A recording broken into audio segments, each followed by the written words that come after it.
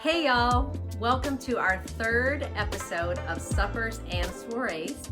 I'm Michelle Mize, your host and founder of Sun Cookery, where we believe in hosting for connection, not perfection. Welcome y'all. I am excited again to be here because today we are going to talk about all the Marthas in our life. So if you're listening to this podcast, you most likely have a Martha. And if you don't know what Martha I'm talking about right now, let me just tell you who mine is. Mine is Martha Stewart, right? We are talking about those Marthas in our life, those inspirational gurus or experts, home designers, whoever it is, chefs, musicians. I don't know who your Martha is, but we all have that person or place that inspires us. And I want to talk about my Martha and how she has inspired my viewpoint on hosting and what lessons I've learned from her over the years. I'm going to share my 3 lessons that I've learned from Martha as it relates to hosting for connection, not perfection, which might surprise you because Martha is all about perfection. So I want to talk today about your hosting inspiration. Who inspires you or who you think about when you're hosting maybe, or who you kind of channel, right, when you're hosting, because we all need that. I want to share with you the 3 lessons I've taken away from my hosting inspiration, Martha Stewart, and help you kind of tackle that with your, what do you call that? Your muse, your hosting muse, right? So that's what we're talking about today. That's why we're here. So gear up, get your notepad out or get out your notes on your phone or whatever. And I hope you'll jot down my 3 lessons that I've learned and then maybe apply that to the person that inspires you so that you can make sure you're hosting for connection, not perfection. And that can happen when we have someone that inspires us. We can get so wrapped up in, let's just be honest, the Pinterest feed or the stack of magazines or that cookbook that we want to tackle. And then we've completely gotten off track from why we're doing this, and you're not bringing a piece of yourself forward. So seriously, get your notes out. Here we go. All right, the 3 lessons I've learned from Martha Stewart. The first lesson I learned from Martha Stewart is living with intention. Okay, so I don't know how deep y'all are into Martha Stewart, but I am. So I'm here to tell you her company is Martha Stewart Living Omnimedia. Her magazine was Martha Stewart Living, okay? So she believed in living with intention. That's what I took away from all that. I know that everything she's ever done or presented to the universe is perfection, beauty. No detail was ever missed. And that can be incredibly overwhelming. But what I really think she was trying to tell us was to live with intention, meaning admire the beautiful things that are in your community, in your space, right? Learning to mix different elements, that everything doesn't have to be matchy-matchy. Everything doesn't have to be perfect. She taught us how to mix and match colors and textures and elements. And that's a part of living with intention, right? That's a part of bringing forward the things that you like.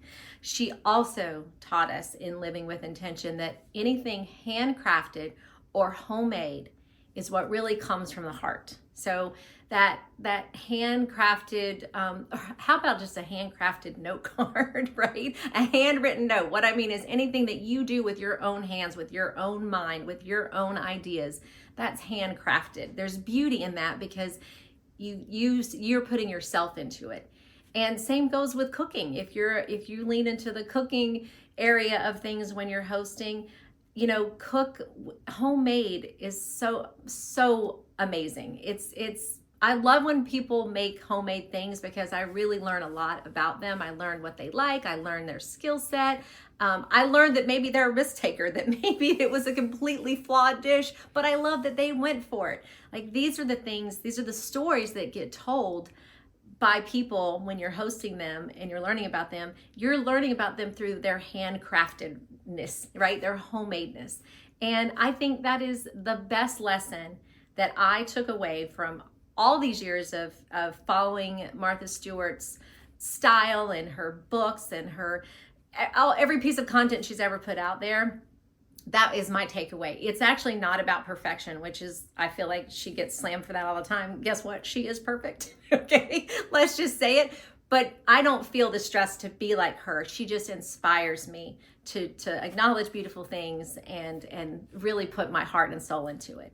So that is my first lesson from Martha Stewart that I learned. And I hope you'll think about that with your hosting guru, right? Think about what is their real message to you in their style. What is it about their style or their presence or how they execute on their things that are inspiring to you, and really pull that away at a higher level and then start applying that, putting your own spirit into that. You know what, before I move on to my second lesson that I learned from Martha, let me share with you how I executed on something that I saw in a Martha Stewart Living magazine a long time ago and how I executed on it, how it inspired me. So she had done a whole issue on different types of holiday wreaths. And I mean, made out of just different things, you know, that you wouldn't think about. And one of it was either a garland or a wreath. I think it was a garland, actually. It was a garland that was made out of fresh pecans. And I remember how beautiful that looked. Like it was just twisted and beautiful and gorgeous, and this gorgeous hue of browns from real natural pecans. Well, guess what? It must have been soon after that magazine came out that I was at my grandma and grandpa's in North Carolina for a holiday gathering. I'm pretty sure it was either Thanksgiving. I'm pretty sure it was Thanksgiving. But my grandparents had a massive pecan tree in their backyard, and all the pecans would be on the ground, and my pawpaw would tell me to go out and pick them up, and we'd collect them, and he'd crack them when we'd have pecans. But I remembered that garland in the Martha Stewart magazine, and I had my dad, I had my grandpa. I said, I'm going to collect all these pecans. I want to make this garland. Well, you know how men are. They were like so excited to get out of the house and not have to do anything in the kitchen. They were like, we were down in my grandpa's shop and we were drilling holes. I don't even know what the machine was, but my pawpaw was drilling the holes into the walnuts long ways. I had the floral wire and I made this pecan garland. Now, I don't know if it looked a darn thing like the Martha Stewart magazine issue that I saw, but it inspired me, and that was the natural element that was sitting outside my grandparents' backyard, so why not take advantage of it? So there's just an example of how I got inspired, and just, you make it happen. Who cares what the final product is? It was actually all the moments of connection was hanging out with my pawpaw and my dad, and then obviously adorning the table at Thanksgiving time and decorating with that made me happy. I think my family was annoyed, to be honest. They definitely made fun of me back in the day about being, they knew Martha was my inspiration, and sometimes I don't know if I was fully appreciated for all the effort I put in. But let me tell you, I thought the tabletop looked amazing, and I made it together with my dad and my grandpa. It was a beautiful memory. So think about that too when you're when you're maybe hesitant to do something on your own. Just take that inspiration and do it. Just do it. Okay, so on that same line, that kind of actually leads into my second lesson that I learned from Martha. It's really you do you.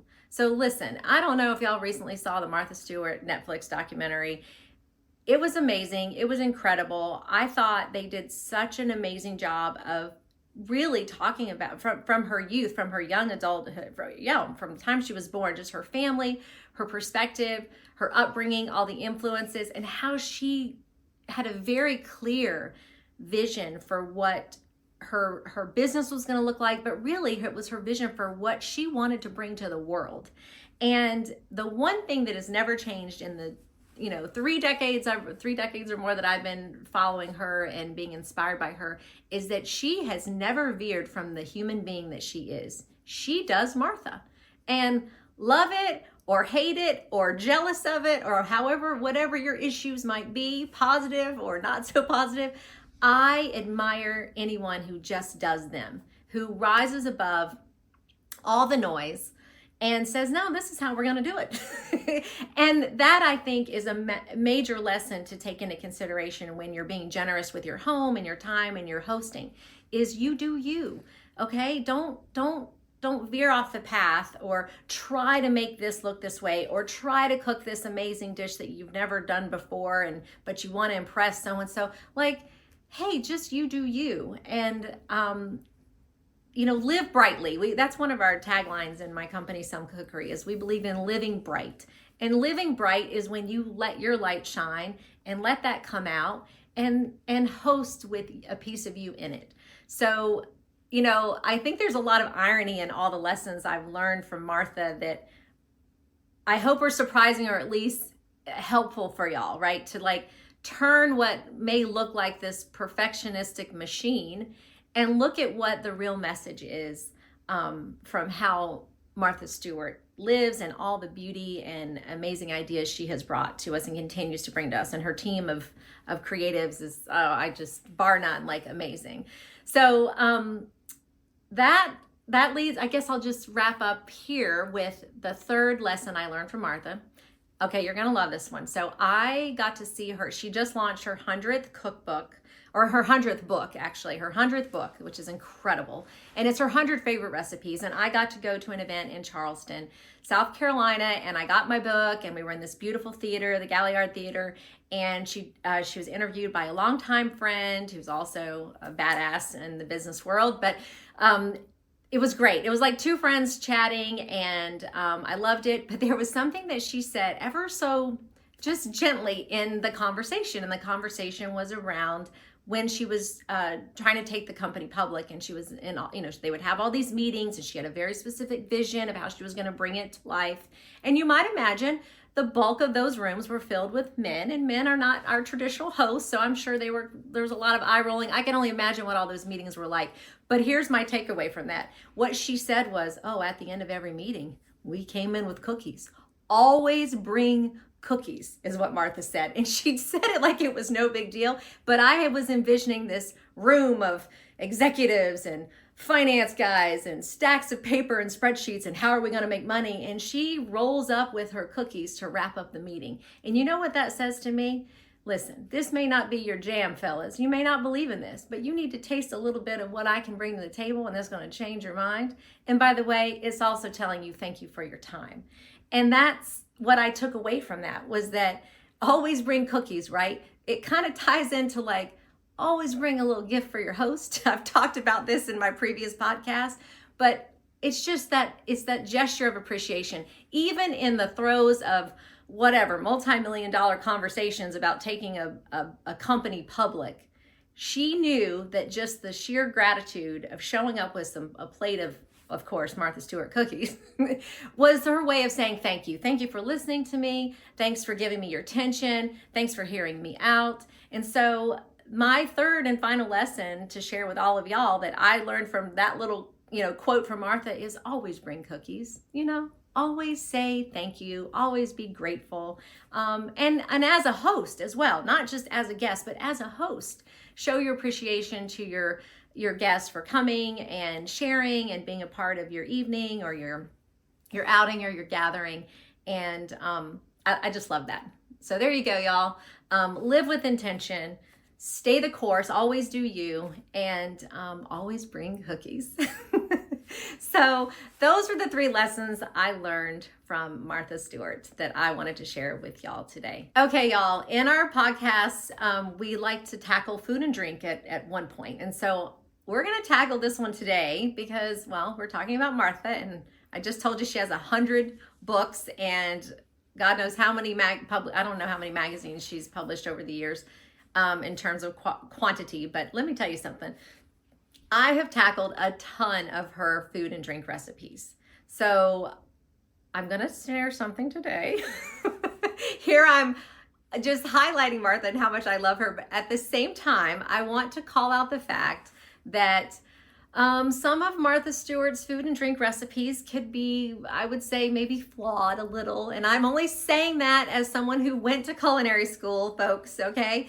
But what I really want to say is that while there might be flawed recipes or ratios that are off, or maybe an execution on how to cook something that's not going to quite turn out that I could see it when I was reading a recipe, I will tell you this. you can use cookbooks and recipes for inspiration. And so that's pretty much how I tackle any recipe that I see from Martha Stewart. Is I tackle the framework of it. I look at her vision for it. What are the flavors she's using? Is there a little tip or a tidbit on how this recipe coming together might be a little easier? So just remember that when you're using your muse or your chef or that cookbook that you just got as a gift, like, make sure that you're comfortable using that recipe. Make sure that here's a great hosting tip. Make sure you don't ever make a new recipe for the first time when you're hosting, unless you caveat that to all of your guests and say, I'm trying out a new recipe. Get ready, everyone. You can be my taste testers. Now that could be a fun gathering right there. Blindfold everyone and say, what do you think? Or make them give you a scorecard. I don't know. That sounds kind of funny. That would be a lot of fun.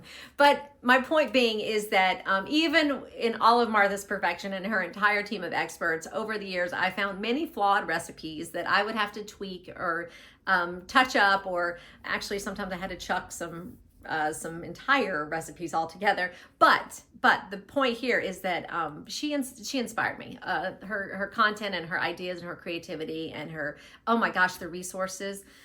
She, in all of her magazines, when they give a recipe, if there's a hard to find ingredient, she is incredible about sharing the resource with you. And so many of those resources are small business owners in little nooks and crannies all over the country. And so again, just the adventure of tackling a flawed recipe, in fact, taught me a lot. It taught me a lot about different ingredients or a different part of the country, or just small farmers or small food producers that took me in a different path. So that is, that's what I wanted to share with y'all on the kind of our food and drink section of our podcast. So before we wrap up completely, we always tackle setup and planning when it comes to hosting. And here's the thing. There's your way, and then there can be your Martha way of how you set up and plan for a gathering. And I'm here to tell you, you set up your way, okay? You do you. Don't get wrapped up. Now, if you're a spreadsheet person and a checklist person, and you like documents, and I have a notebook. I sometimes make lists. I sketch out my menus. There are things that I do as a host that helps inspire me. Some people aren't like that at all. They're on the fly. They have their go-tos. This is what they do. This is how every hosted gathering is going to be for them. It's simple. It's or it's takeout, or it's whatever. My point here on setup and planning is there's your way. Your way is the way that matters when you're the host, okay? And it truly, just do you, because if you start trying to do it some other way, or a way that you've seen instead of what guides you, you're gonna be a stress ball, okay? And that, again, we talk about this all the time. Get out of your own way. Don't let that kind of level of well, this is how I have to do it. No, you run a home, whether it's a small home or a family of 12 or whatever your home looks like. You've just got pets galore. You have your way of living, and you have your way of doing things, and that's how you should tackle anytime you host people. So that is what I have to say about setup and planning this week. Make it your way, baby. All right, as we wrap up, what we haven't tackled in this podcast this week is kind of that section where we like to talk about, let's whine about it, what's holding you back. And seeing as how this is that time of year when the holidays are in full swing, right? So right now I can hear the voices. I don't have time for this. I don't have time for that. Just forget this. We got to do this. And I can feel the stress and tension in the air. I don't know about y'all, but just running out to the grocery store yesterday, I can feel that level of energy around me, and it's just elevated. People are hustling and bustling, and you can just feel the stress. And that's why and everybody's, and the funny thing is people whine about it. We sit around and whine about it, yet we know this time of year comes every year. Stop whining about it. And you know how you stop whining about it and you get over it?